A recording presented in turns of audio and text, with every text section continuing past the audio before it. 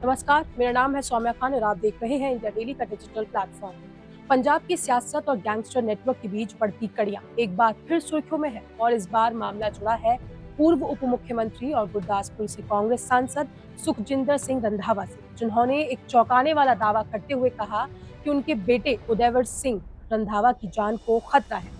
ये दावा खुद रंधावा ने सोशल मीडिया प्लेटफॉर्म एक्स पर सार्वजनिक किया, जहां उन्होंने लिखा कि उनके बेटे को जेल में बंद कुख्यात गैंगस्टर जग्गू भगवानपुरिया द्वारा जान से मारने की धमकी दी जा रही है। ये कोई सामान्य आरोप नहीं था, बल्कि इस बयान के कुछ ही घंटों बाद घटनाक्रम ने और भी गंभीर मोड़ ले लिया। रंधावा ने बताया कि उनके बेटे से मिलने के तुरंत बाद उनके एक करीबी दोस्त पर अज्ञात हमलावरों ने गोलियां चला दी, जिससे इस धमकी के पीछे की गंभीरता और संभावित साजिश का अंदाजा लगाया जा सकता है। कि इस सब के बीच सुखजिंदर सिंह रंधावा दिल्ली में संसद सत्र में हिस्सा ले रहे थे, लेकिन उन्होंने ये भी साफ किया कि कोई भी गैंगस्टर मुझे हिला नहीं सकता। रंधावा के इस बयान ने न केवल पंजाब पुलिस बल्कि पूरे राज्य के राजनीतिक और सुरक्षा महकमे को हिला कर रख दिया।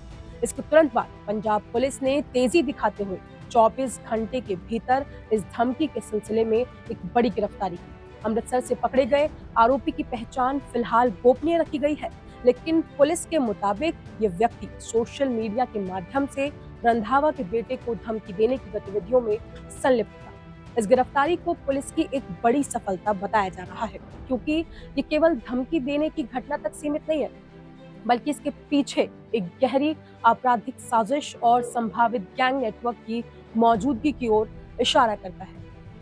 पुलिस अब आरोपी से गहन पूछताछ कर रही है और जांच का फोकस इस बात पर है कि वो अकेले काम कर रहा था या फिर किसी बड़े नेटवर्क का मोहरा बना हुआ था।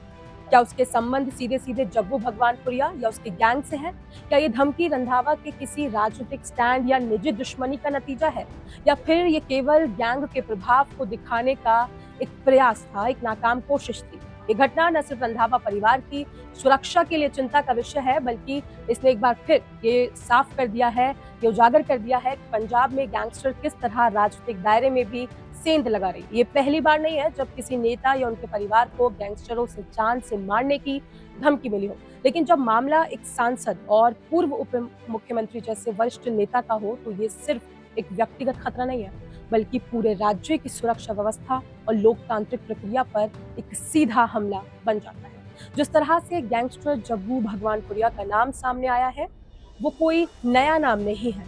उसका लंबा आपराधिक इतिहास है, एक लंबा रिकॉर्ड है, और वो पंजाब के अनेकों चर्चित मामलों में शामिल रहा है, जिसमें हत्या हो, फिरौती हो, धमकी और गैंग वॉर शामिल है। वो फिलहाल जेल में बंद है, लेकिन जेल से भी गैंग ऑपरेट कर रहा है।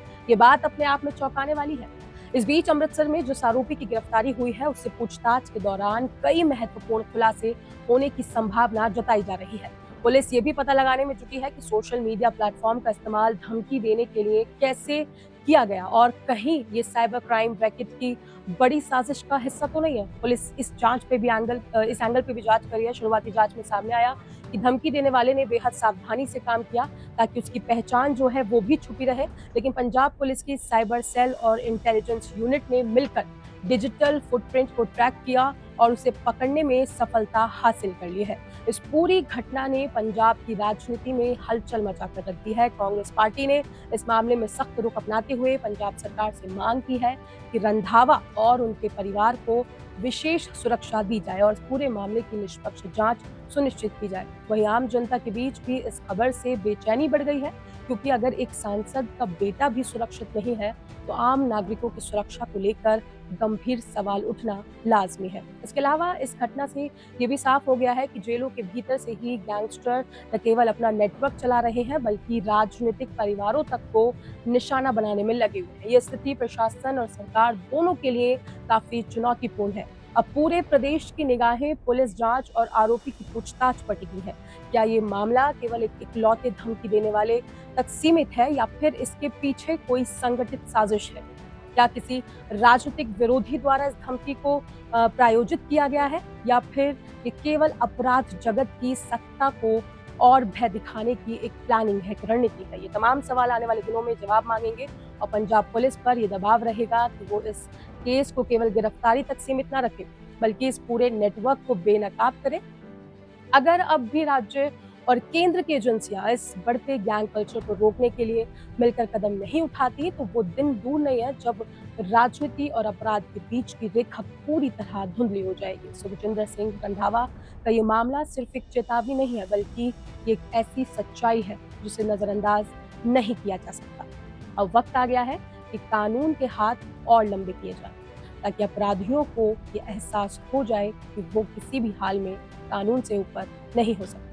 फिलहाल इस खबर में इतना ही। अपनी राय कमेंट सेक्शन में जरूर बताएं और ऐसे ही तमाम हर बड़ी अपडेट के लिए इंडिया डेली को सब्सक्राइब करना ना भूलें।